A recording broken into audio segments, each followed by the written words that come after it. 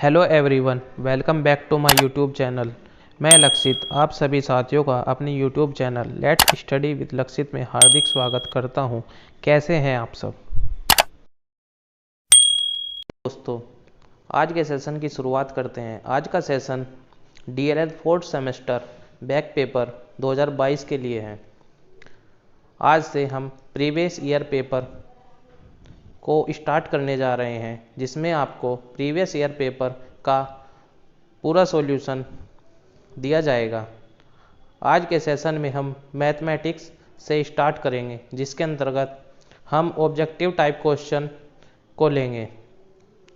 चलिए देखते हैं क्वेश्चन नंबर 1 को।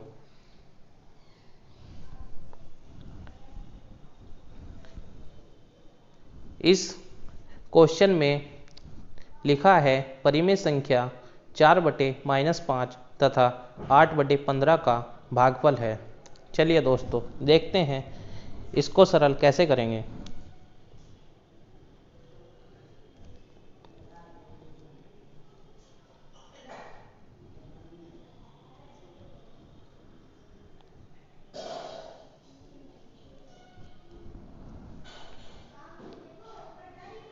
देखिए दोस्तों, इसको सरल ऐसे करते हैं। 4/-5 डिवाइड 8/15। जो डिवाइड वाला संख्या होती है उसको हम अपोजिट में ऊपर ले जाते हैं, तो ये बन जाता है कुछ इस तरह। इसके बाद हम इसको काट देते हैं। 5 से काटेंगे 3 टाइम्स और 4 से काटेंगे 2 टाइम्स, तो हमारा आंसर आ जाएगा -3/2, जो कि है ऑप्शन नंबर सी। चलिए दोस्तों चलते हैं नेक्स्ट क्वेश्चन पर। नेक्स्ट क्वेश्चन है एक पासा फेंकने पर प्रति दर्श समष्टि में अभाज्य संख्या के अवयवों की संख्या है। तो जानिए प्रति दर्श समष्टि होता क्या है। प्रति दर्श समष्टि पासों में आने वाले कुल परिणामों को कहते हैं, जो होते हैं 1, 2, 3, 4, 5 और 6। इन समुच्चय को प्रतिदर्श समष्टि कहते हैं। इसमें पूछा गया है अभाज्य संख्या के अवयवों की संख्या। तो इसमें अभाज्य अवयव होते हैं 2, 3 और 5।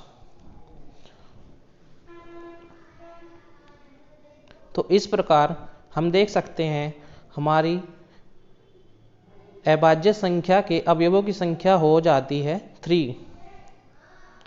तो इस क्वेश्चन का राइट आंसर हो जाता है ऑप्शन डी 3। चलिए दोस्तों चलते हैं नेक्स्ट क्वेश्चन पर। नेक्स्ट क्वेश्चन कह रहा है 0.000008 का घनमूल है। चलिए दोस्तों देखते हैं इस क्वेश्चन को कैसे सरल करना है। इसको लिख देंगे 0.000008। यहाँ से हम पॉइंट हटाएंगे और नीचे हम लिख देंगे जितनी पॉइंटों पर 0 है उतनी हम नीचे जोड़ देंगे। इसके बाद ये हो जाएगा 8/,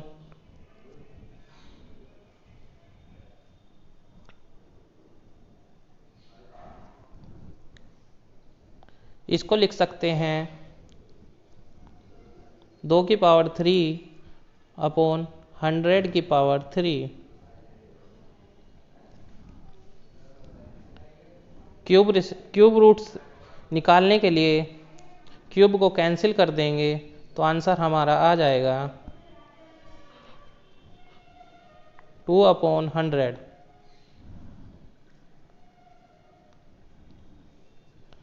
इसको इधर लिखेंगे 2/100।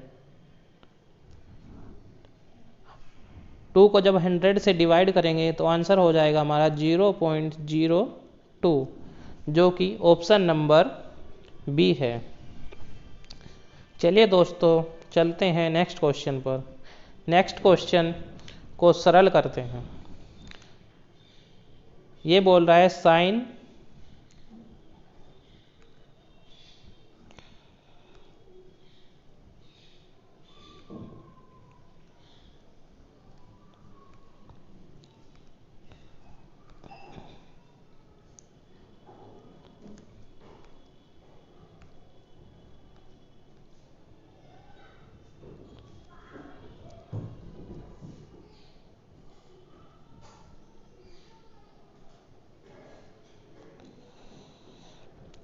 Sign 30/cos 60। इसको सोल्व करते हैं। साइन 30 की वैल्यू होती है 1/2 और cos 60 की वैल्यू होती है 1/2।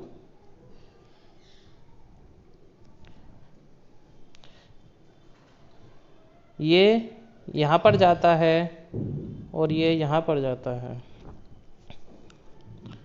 तो इसकी वैल्यू आ जाती है 1। तो इसका राइट आंसर हो जाएगा 1। चलिए दोस्तों चलते हैं नेक्स्ट क्वेश्चन पर। इस क्वेश्चन को सरल करते हैं। इस क्वेश्चन को सरल करने के लिए हमें क्या स्टेप लेना है, देखिए 5x = y। यहाँ से हम x फाइंड कर लेंगे तो x = हो जाएगा y/5। अब समीकरण 2x + y = 7 में हम x की वैल्यू रख लेंगे तो ये हो जाएगा 2 × y/5 प्लस y = 7।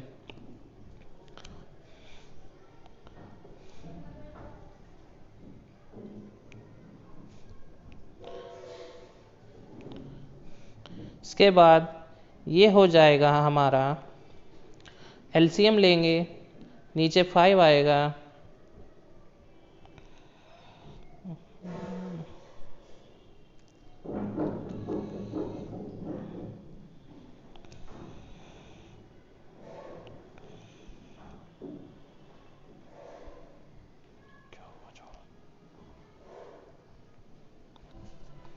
एलसीएम लेंगे, नीचे 5 आएगा, ऊपर हो जाएगा 2y + 5y = 7। ये 5 इधर मल्टीप्लाई में जाएगा तो ये हो जाएगा 7y = 35। 7 से 35 को डिवाइड करेंगे तो 5 बार जाएगा तो y की वैल्यू आ जाएगी 5। तो इस क्वेश्चन का राइट आंसर हो जाएगा ऑप्शन नंबर सी 5। चलिए दोस्तों चलते हैं अगले सवाल पर। अगला सवाल है cot 30/tan 45 की वैल्यू क्या है। तो लिख लेंगे हम cot 30/tan 45। cot 30 की वैल्यू कितनी होती है? cot 30 की वैल्यू होती है √3। tan 45 की वैल्यू होती है 1। इसके लिए आपको पूरी ट्रिग्नोमेट्री की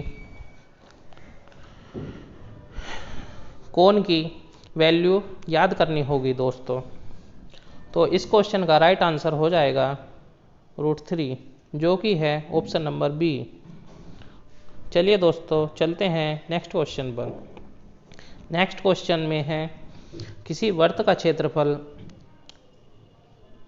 8800 वर्ग सेंटीमीटर है, तो वर्त की त्रिज्या क्या होगी? वर्त का क्षेत्रफल होता है πr²।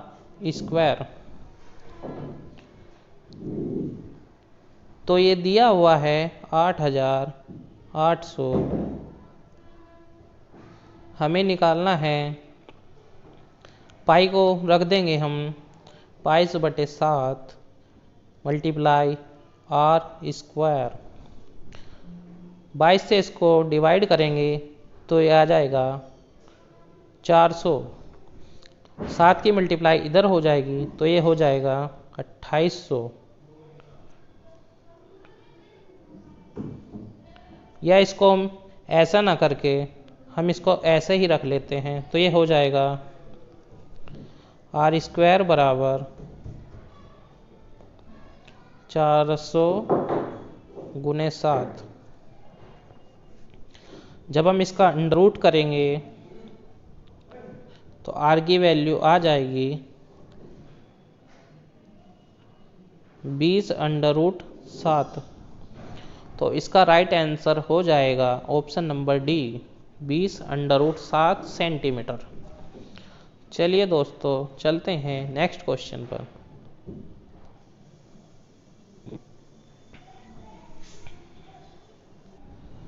चलिए दोस्तों इस क्वेश्चन को सरल करते हैं। ये क्वेश्चन कहता है 2x² माइनस x माइनस 1 = 0। इस क्वेश्चन को हल करने के लिए हमें इसके फैक्टर करने होते हैं। इसके फैक्टर करने के लिए देखिए कैसे करते हैं। यहाँ पर 1 लिखा हुआ है तो 1 की मल्टीप्लाई x² के साथ जो गुणांक है उसके साथ करते हैं तो ये आता है 2 × 1 2। तो 2 के ऐसे फैक्टर करने हैं जो घटाने के बाद 1 आए, क्योंकि x का गुणांक 1 है। तो इसको लिख लेंगे हम 2x माइनस 1। इसको ब्रैकेट में रखेंगे और -1 बाहर आएगा = 0। अब आगे हम इसको सरल करेंगे तो ये हो जाएगा 2x² minus 2x plus 1 minus 1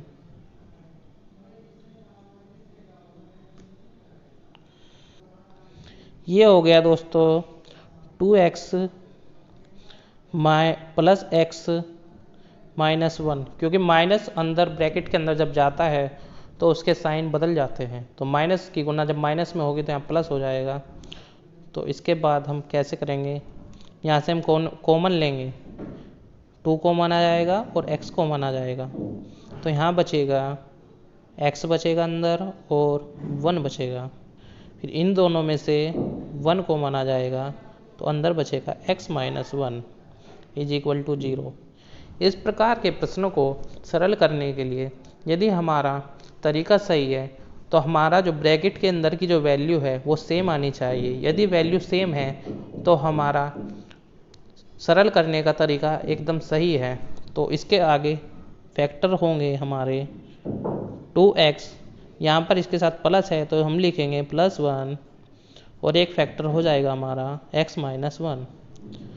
जब इन दोनों को 0 के बराबर रखेंगे तो x की वैल्यू आ जाएगी -1/2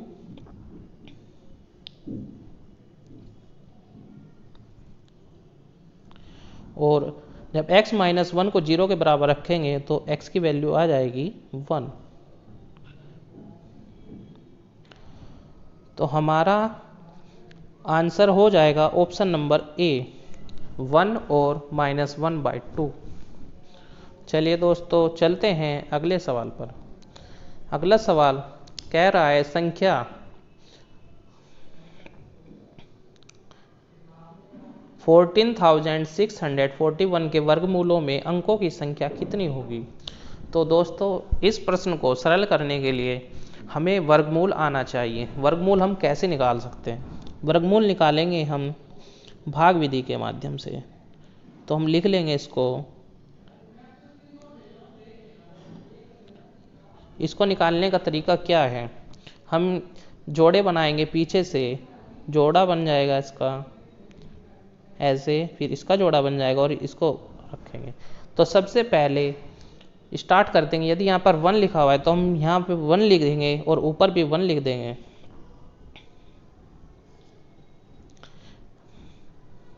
और यहाँ भी 1 लिख देंगे और ऐसे 0 आ जाएगा यहाँ पर और नेक्स्ट जोड़ा उतारा जाएगा। अब यहाँ पर 1 है और जो भागफल आया है वो भी 1 है। अब इन दोनों को जोड़ करके 2 हो जाएगा, 1 और 1 2। अब जो संख्या यहाँ पर लिखी जाएगी नीचे, वही संख्या ऊपर लिखी जाएगी, इसलिए हम यहाँ पे लिखेंगे 2 और यहाँ भी लिखेंगे 2। तो ये हो जाएगी संख्या 44। अब काट देंगे, घटाने के बाद आ जाएगा नीचे 2 और आगे का जोड़ा उतार लेंगे पूरा 241। अब यहाँ पर नीचे वाली संख्या में ऊपर वाली संख्या का लास्ट का अंक 2 जुड़ेगा, तो ये हो जाएगा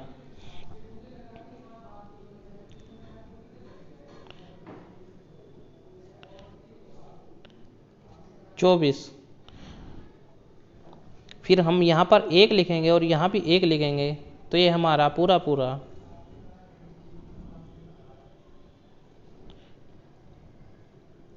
कट जाएगा।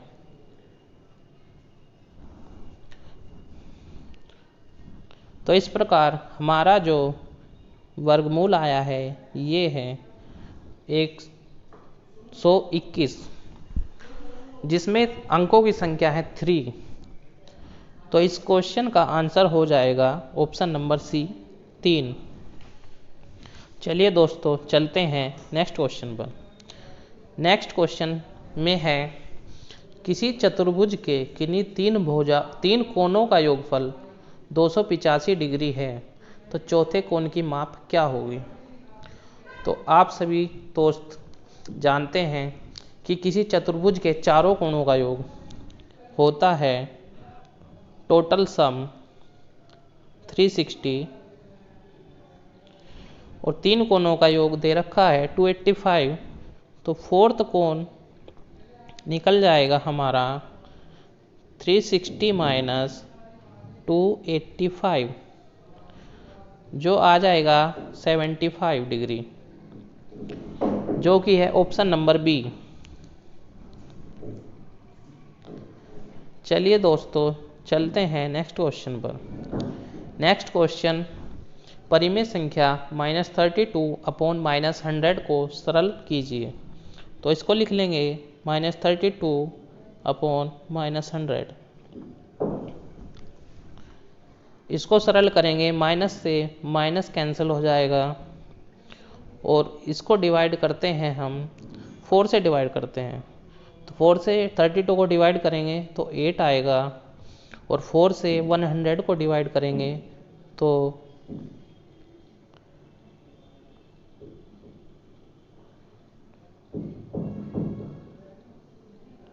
25 आ जाएगा।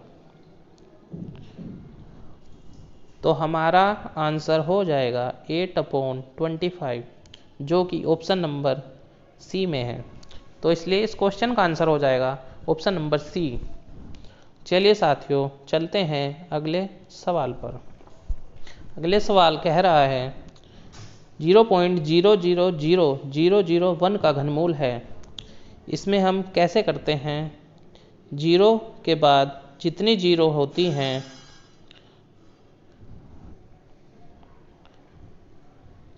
पॉइंट हटाते हैं और नीचे 0 बढ़ा देते हैं। तो ये हो जाता है 1/100⁻³ और ये हो जाता 1/3। तो जैसे ही हम इसको घनमूल निकालते हैं तो घनमूल से घन कैंसिल आउट हो जाता है, तो नीचे बच जाता है 1/100 यानी कि 0.01, जो कि ऑप्शन नंबर बी में है। तो इस क्वेश्चन का राइट आंसर हो जाता है 0.01। चलिए दोस्तों चलते हैं अगले सवाल पर। अगला सवाल समीकरण 3x = 6 और 4x + y = 14 के हल में y का मान है। तो हमें दोस्तों y की वैल्यू निकालनी है। तो हम x की वैल्यू इस समीकरण में पुट करेंगे तो पहले हम x की वैल्यू निकाल लेते हैं। तो x की वैल्यू हो जाएगी 3 से 6 कैंसिल आउट हो जाएगा तो x की वैल्यू 2 आ जाएगी। अब समीकरण 4x plus y is equal to 14 में हम x की वैल्यू पुट करेंगे तो हो जाएगा 4 into 2 plus y is equal to 14। ये हो जाएगा 8 plus y is equal to 14। तो y इज इक्वल टू हो जाएगा, ये 8 इधर प्लस में है तो राइट साइड में माइनस में हो जाएगा, तो हो जाएगा 14 माइनस 8 इज इक्वल टू 6। तो इस क्वेश्चन का राइट आंसर है ऑप्शन नंबर ए 6। यदि आपको ये वीडियो इन्फॉर्मेटिव लग रही है तो आप हमारे चैनल को सपोर्ट करते रहिए। और चलते हैं नेक्स्ट क्वेश्चन पर। क्वेश्चन नंबर 14 ये कहता है साइन 60 अपॉन कोस 30 का मान है। तो इसमें हम वैल्यू पुट करते हैं साइन 60 अपॉन कोस 30। साइन 60 की वैल्यू होती है √3/2 और कोस 30 की वैल्यू होती है √3/2। तो √3 से √3 कैंसिल आउट हो जाता है और 2 से 2 कैंसिल आउट हो जाता है, तो आंसर आता है इसका 1, जो कि है ऑप्शन नंबर बी। चलते हैं दोस्तों नेक्स्ट क्वेश्चन पर। चलिए दोस्तों चलते हैं अगले सवाल पर। इस सवाल में हमको सॉल्यूशन करना है 7 की पावर 1/5 डिवाइड अप बाई 7 की पावर 1/3। जब इस तरह का क्वेश्चन होता है दोस्तों, जब घातों पर भाग दिया जाता है तो भाग में घात घट जाती है, तो हम इसको लिख सकते हैं 7 की पावर 1/5 माइनस 1/3, जिसको सरल करेंगे एलसीएम लेंगे। 5 और 3 का एलसीएम आता है 15 और इधर बन जाएगा 5 से 15 को डिवाइड करेंगे 3 की मल्टीप्लाई 1 में करेंगे, ऊपर आ जाएगा 3 माइनस 3 से 15 को डिवाइड करेंगे तो 5 आएगा, 5 के ऊपर मल्टीप्लाई करेंगे 1 में तो 5 आ जाएगा।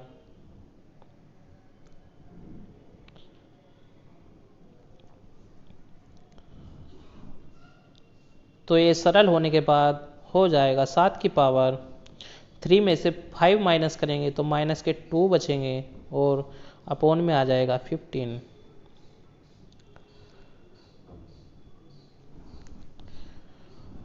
तो ये हमारा आंसर आ गया है। तो इस आंसर को देखते हैं अपने ऑप्शन में कौन सा ऑप्शन हमारा मैच होता है। तो हमारा ऑप्शन नंबर बी मैच हो जाता है, जो है कि 7 की पावर माइनस 2/15। तो इस प्रकार हमारा ये क्वेश्चन सरल हो जाता है। चलिए दोस्तों चलते हैं अगले सवाल पर। अगला सवाल कहता है एक वर्ग का विकर्ण 5√2 सेंटीमीटर है, तो वर्ग की भुजा क्या होगी। तो दोस्तों इसके लिए हमें वर्ग का विकर्ण पता होना चाहिए कि वर्ग का विकर्ण होता क्या है। तो वर्ग का विकर्ण का फॉर्मूला होता है हमारा भुजा √2, जो कि दिया हुआ है 5√2।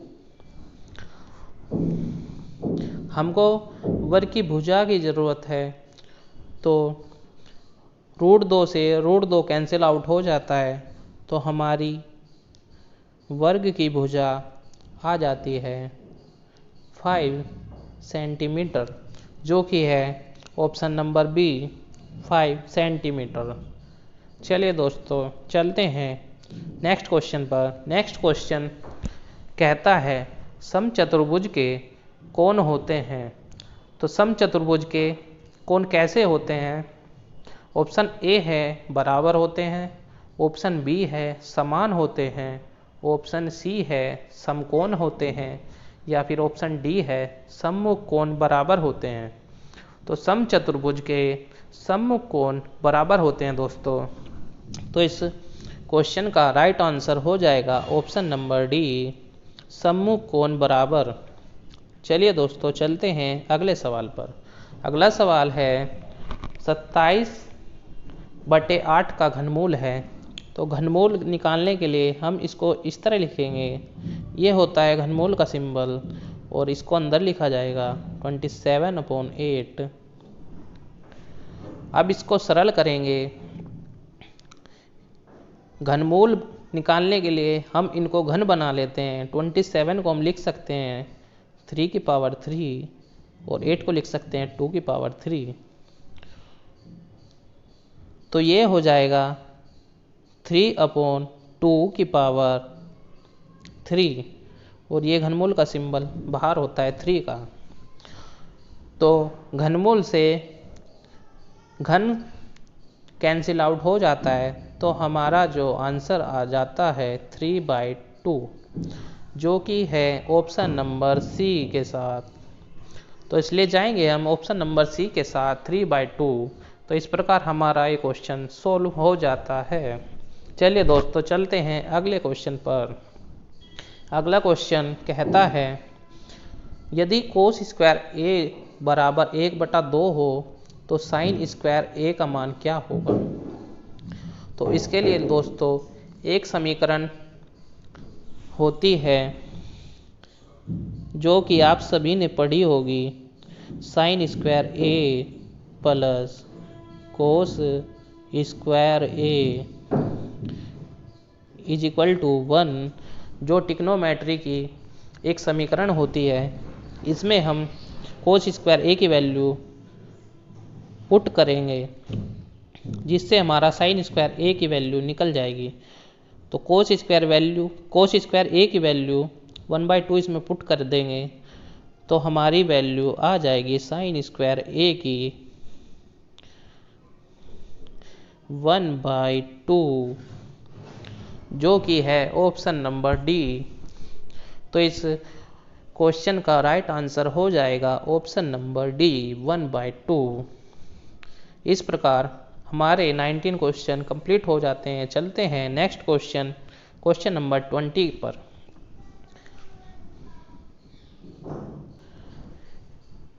क्वेश्चन नंबर 20 कहता है संलग्न आकृति में, जो कि आपको स्क्रीन पर दिखाई गई है, इसमें बिंदु O वर्त का केंद्र है। यदि कोण ACB बराबर 40 है तो कोण AOB की माप क्या होगी? AOB की माप पूछी गई है, जो कि ये वाली माप है।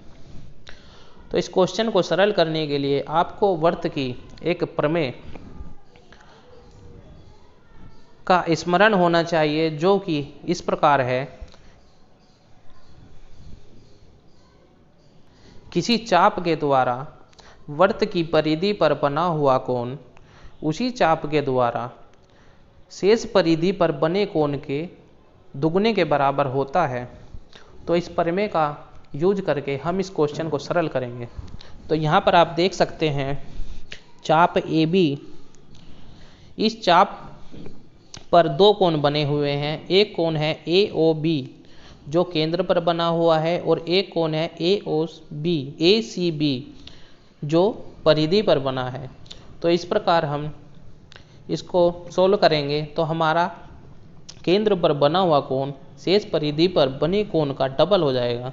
तो शेष परिधि पर बना कोण जो है वो है हमारा कोण ACB, और हमें निकालना है AOB। तो AOB हमारा इसका 2 टाइम्स हो जाएगा कोण ACB का। तो इस प्रकार हम इसको सरल कर लेंगे। तो 2 मल्टीप्लाई ACB हमारा 40 दिया हुआ है, तो हमारा कोण ए ओ बी आ जाएगा 80 डिग्री, जो कि है ऑप्शन नंबर डी। तो इस प्रकार हम वर्त की प्रमेय के द्वारा इस क्वेश्चन को सरल कर पाएंगे। चलिए दोस्तों चलते हैं अगले क्वेश्चन पर, जो कि आपके स्क्रीन पर इस प्रकार है। चलिए दोस्तों देखते हैं इस क्वेश्चन को।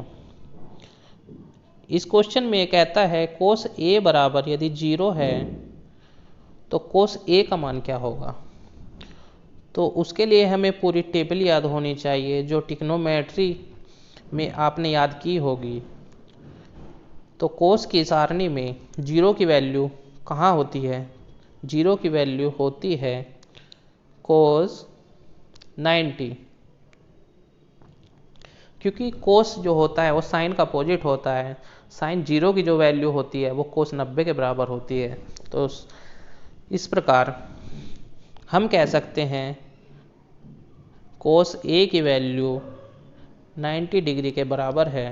तो इस प्रकार हम इस क्वेश्चन का आंसर बता सकते हैं कि इस क्वेश्चन का आंसर 90 डिग्री है।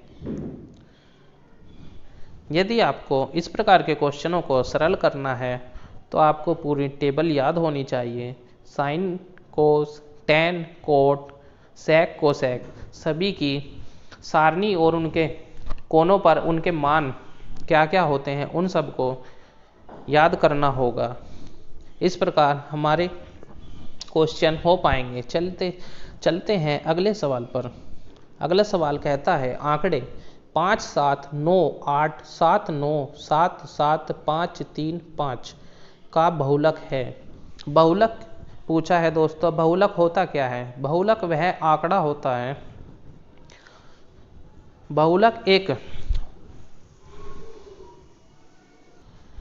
बहुलक वह मान होता है जो जितनी ज़्यादा से ज़्यादा बार रिपीट हुआ हो, जिस मान की बारंबारता सबसे अधिक होती है वह उस आंकड़े का बहुलक कहलाता है। तो हम इस सारणी में देखते हैं कि किस अंक की बारंबारता सबसे अधिक है। इस सारणी को देखने के पश्चात हम देखते हैं कि 5 की बारंबारता 3 आ रही है, जबकि 7 की बारंबारता 4 आ रही है। तो इस प्रकार हम देखते हैं कि 7 की बारंबारता अधिक है। तो इस क्वेश्चन का आंसर हो जाता है 7, यानी कि ऑप्शन नंबर ए। 7 जो है इस सारणी का बहुलक होगा। इस प्रकार हम बहुलक के क्वेश्चन को बहुत ही आसानी के साथ सरल कर सकते हैं। चलिए दोस्तों चलते हैं अगले सवाल पर, जो कि कुछ इस प्रकार है। इस सवाल को सरल करने के लिए देखिए कैसे करेंगे। इसको हम अंडर रूट में यदि मल्टीप्लाई हो रही हो तो हम उसको एक साथ लिख सकते हैं। तो हम इसको लिख सकते हैं b upon a multiply c upon b multiply a upon c। तो इस प्रकार हम देखते हैं कौन सी वैल्यू कट सकती है। तो हम a से a को कैंसिल कर देंगे, b से b को कैंसिल कर देंगे और c से c को कैंसिल कर देंगे। तो आ जाएगा अंडर रूट, अंदर 1 बचेगा, तो 1 का अंडर रूट 1 ही होता है। तो इस प्रकार इस क्वेश्चन का आंसर हो जाता है ऑप्शन नंबर सी 1। चलिए दोस्तों चलते हैं नेक्स्ट क्वेश्चन पर। Question number 24। एक वर्त का व्यास 12 सेमी है, वर्त की परिधि क्या होगी? आप जानते होंगे वर्त की परिधि क्या होती है। वर्त की परिधि का फॉर्मूला होता है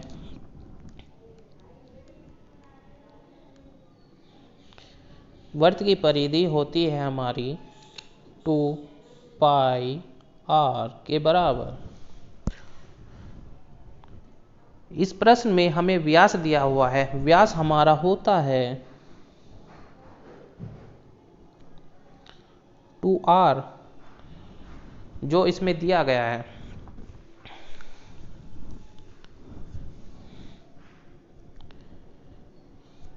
तो इस प्रकार हमारी परिधि हो जाएगी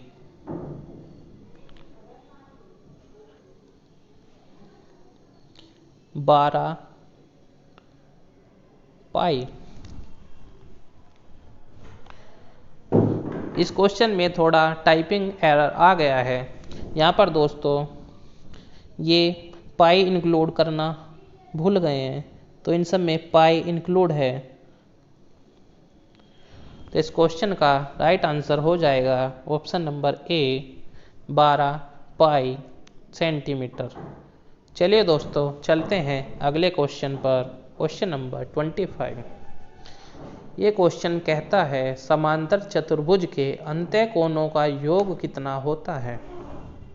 समांतर चतुर्भुज में कितने कोण होते हैं? समांतर चतुर्भुज के अंतः कोणों का योग 360 होता है। तो 360 को हम डिवाइड कर लेते हैं समकोणों में। एक समकोण बराबर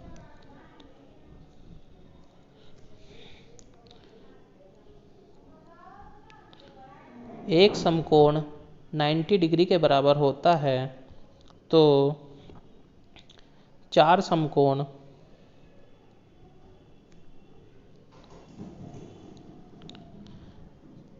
360 के बराबर होंगे। तो इस प्रकार हम जान सकते हैं कि एक समांतर चतुर्भुज के अंतः कोणों में 4 समकोण होते हैं, इसलिए इस क्वेश्चन का राइट आंसर हो जाता है ऑप्शन नंबर सी 4 समकोण। चलिए दोस्तों चलते हैं नेक्स्ट क्वेश्चन पर। इसमें भी वर्गमूल निकालना है। संख्या 1809025 के वर्गमूल में अंकों की संख्या है। तो इसका दोस्तों वर्गमूल निकाल लेते हैं। इसको लिख देंगे इधर 1809025। सबसे पहले काउंट करेंगे, 2 का जोड़ा बनाएंगे, तो इस प्रकार जोड़े बन जाएंगे। तो लास्ट में 1 बचता है जो कि सिंगल है, तो इसको हम 1 से स्टार्ट करेंगे। इधर भी 1 लिखेंगे और इधर भी 1 लिखेंगे। तो नेक्स्ट संख्या 18 उतार देते हैं।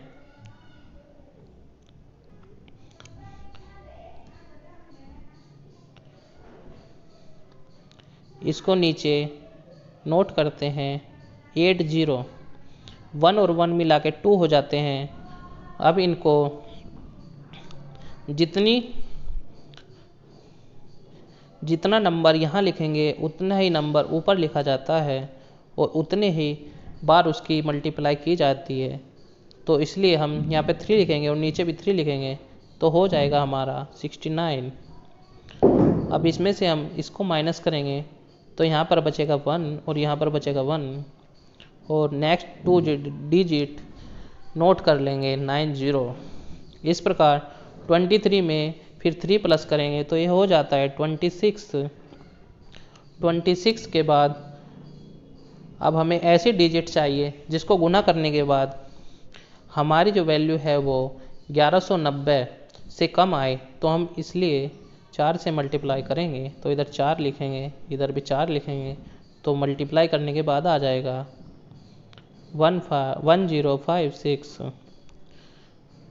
इसमें से इसको माइनस करेंगे तो आ जाएगा 13425। अब 264 में 4 ऐड कर देंगे तो 268 आ जाएगा और इसके बाद हम यहाँ पर 5 से इसकी मल्टीप्लाई कर देंगे और इधर भी 5 से मल्टीप्लाई कर देंगे, तो ये हमारा पूरा कट जाएगा। तो इस प्रकार हमारा जो वर्गमूल आता है वो आएगा 1345। इस क्वेश्चन में पूछा गया है वर्गमूल में अंकों की संख्या। तो इस प्रकार हम देख सकते हैं इस वर्गमूल में अंकों की संख्या है 4। तो इस क्वेश्चन का राइट आंसर हो जाएगा ऑप्शन नंबर सी 4। चलिए दोस्तों चलते हैं नेक्स्ट क्वेश्चन पर। क्वेश्चन नंबर 27 क्या कहता है, यदि 2 सिक्कों को एक साथ उछाला जाए तो दोनों सिक्कों के पट ऊपर पड़ने की संभावना क्या होगी। तो दोस्तों देखते हैं, 2 पट कह रहा है, यानी कि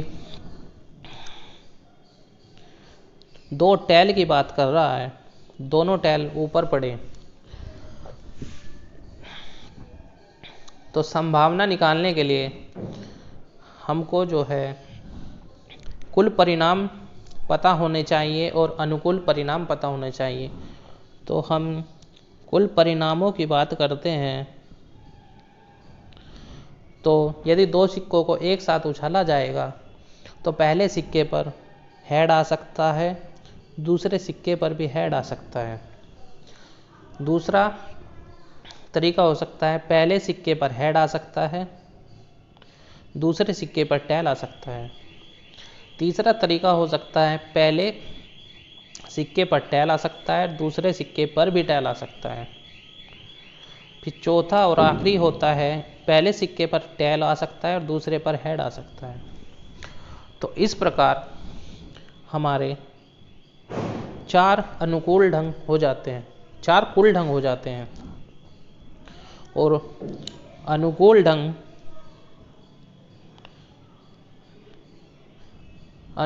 की बात की जाए तो अनुकूल केवल एक ही है, क्योंकि हमें केवल दोनों सिक्कों के पट के ऊपर पड़ने की संभावना निकालनी है। तो इसका केवल एक ही है। तो हम संभावना निकालने के लिए क्या करते हैं, संभावना निकलते हैं अनुकूल ढंग अपॉन कुल ढंग। कुल ढंग हमारे 4 हो जाते हैं और अनुकूल ढंग 1 है। तो इस प्रकार हमारे इस क्वेश्चन का आंसर हो जाता है 1/4, जो कि है ऑप्शन नंबर ए। इस प्रकार प्रायिकता या संभावना के क्वेश्चन को सरल किया जा सकता है। चलिए दोस्तों चलते हैं अगले सवाल पर। अगला सवाल, यदि लंबवर्तीय बेलन और लंबवर्तीय शंकु के आधार की त्रिज्या और ऊंचाई समान हो तो उनके आयतनों का अनुपात ज्ञात कीजिए। इसमें क्या कह रहा है, आयतनों का अनुपात निकालना है।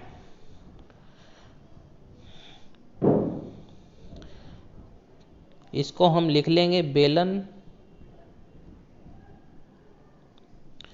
का आयतन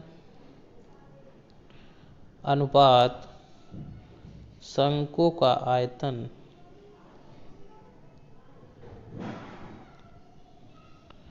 बेलन का आयतन होता है दोस्तों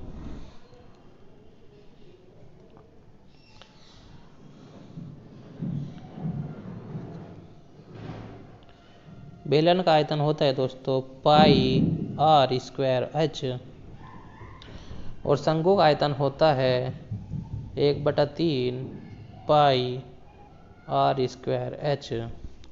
तो πr²h से पूरा कैंसिल आउट हो जाता है और ये 3 जो है ये ऊपर फॉरवर्ड हो जाता है। तो इसका अनुपात हो जाता है 3:1 या कहें 3। तो इस प्रकार इस प्रश्न का राइट आंसर हो जाता है ऑप्शन नंबर बी 3। तो चलिए दोस्तों चलते हैं अगले सवाल, question number 29। Sine square 45 plus cos square 30 का मान क्या होगा। इसको सरल करेंगे। साइन स्क्वायर 45 इसको हम लिख लेंगे साइन 45 का स्क्वायर प्लस कोस 30 का स्क्वायर। साइन 45 की वैल्यू होती है 1/√2, इसका स्क्वायर कर देंगे। और कोस 30 की वैल्यू होती है √3/2, इसका स्क्वायर करेंगे तो ये हो जाएगी 1/2 प्लस 3/4। एलसीएम लेंगे 4, नीचे आ जाएगा एलसीएम 4। फिर इसको सरल करेंगे फिर इसको सरल करेंगे तो आ जाएगा ये 2 + 3 = 5/4। तो इस प्रकार इस क्वेश्चन को सरल करेंगे तो इसका राइट आंसर आ जाएगा ऑप्शन नंबर सी 5/4। चलिए दोस्तों चलते हैं अगले क्वेश्चन नंबर 30 पर। यदि किसी वर्ग की लंबाई और चौड़ाई दोनों को 50% बढ़ा दिया जाए तो वर्ग का क्षेत्रफल कितने गुना बढ़ जाएगा। इसको देखते हैं हम इस प्रकार। ये हम दो वर्ग ड्रॉ करते हैं। मान लीजिए पहले वर्ग की लंबाई 10 है और चौड़ाई भी 10 है, तो उसका क्षेत्रफल हो जाता है 100।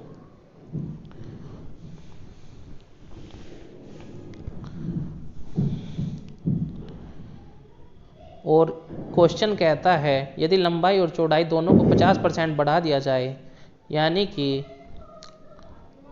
लंबाई भी 15 कर दी जाए और चौड़ाई भी 15 कर दी जाए, तो क्षेत्रफल हो जाएगा 225।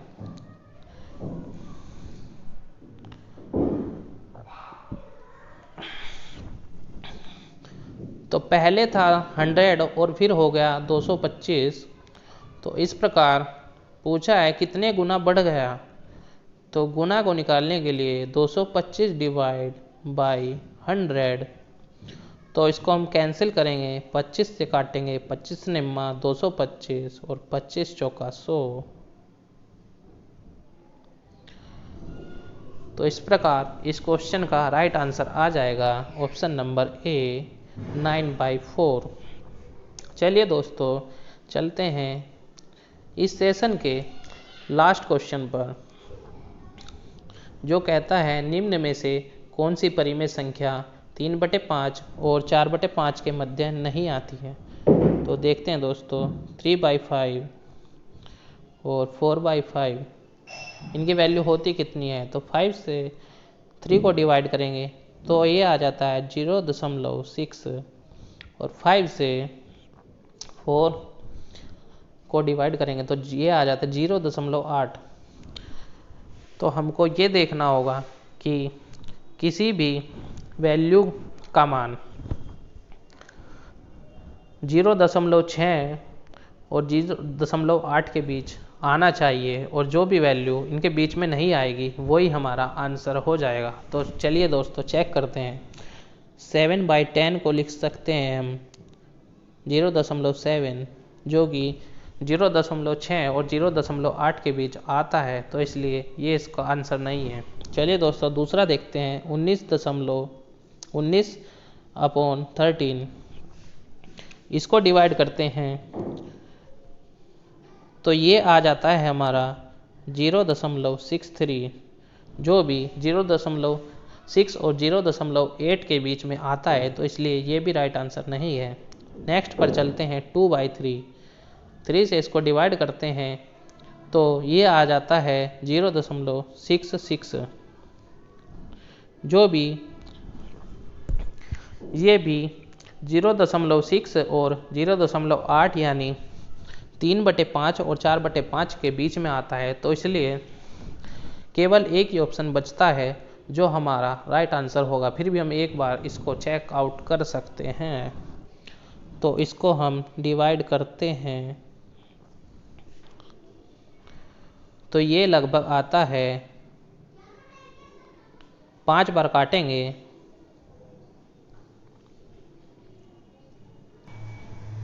इसको डिवाइड करेंगे तो लगभग ये आएगा 5.3 के आसपास। तो इस प्रकार हमें पता चल जाता है कि 16/30 वह मान है जो 3/5 और 4/5 के बीच नहीं आता है। तो इस प्रकार इस क्वेश्चन का राइट आंसर हो जाता है ऑप्शन नंबर डी 16/30। इस प्रकार आज का ये सेशन जो DLED 4th सेमेस्टर मैथ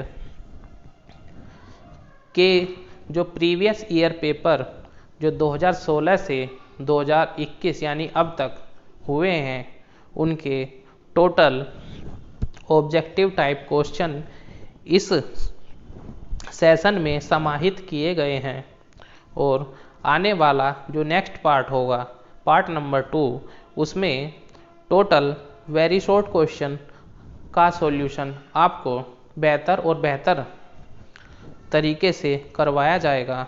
उसके लिए आपको हमारे इस चैनल को ज्वाइन करना होगा। यदि आप सभी